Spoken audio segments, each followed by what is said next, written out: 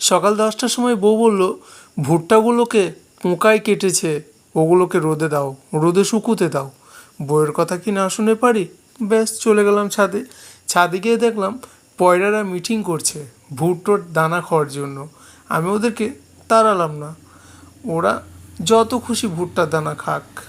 আমার বউ বলেছে যেন কেউ একটা দানাও না খায়, কিন্তু আমি ওদেরকে ভুট্টার দানা খাওয়াতেই থাকবো যতক্ষণ ওদের পেট না ভরবে। যত খুশি খাক, ওরা এখন ভুট্টার দিকে তাকিয়ে রয়েছে কখন ওরা ভুট্টার দানাগুলোকে খাবে।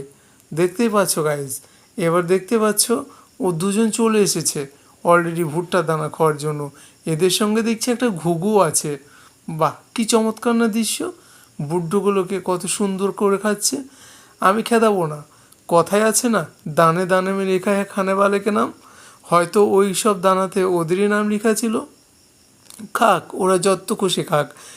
গাইজ, আমি আপনাদের একটাই উদ্দেশ্যে কথা বলবো, এইসব প্রাণীগুলোকে বাঁচিয়ে রাখাটা আমাদের কর্তব্য, দায়িত্ব।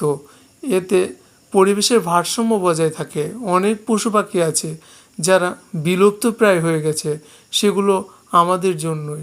তাদেরকে রিকভার করাটা আমাদের দায়িত্ব। কিন্তু এখন মানুষ সেসব দিকে নজর দেয় না। এখন ডিজিটাল যুগ, শুধু মোবাইল মোবাইল আর মোবাইল। প্রকৃতির দিকে মানুষের নজর দেওয়ার একটু সময় নেই। তো গাইস, কী কারণে পয়রাগুলো উড়ে গেল আমি বলতে পারবো না, তবে একটা ঘুঘু আছে, হয়তো ওর পেট ভরেনি, তার সঙ্গে আরও 3টে পয়রা উড়ে আসলো, হয়তো এদেরও পেট ভরেনি, কিন্তু খাক, যত খুশি খাক। আমি ওদের একটুর জন্য হলেও খেদাবো না। এই যে লাঠিটা খেদা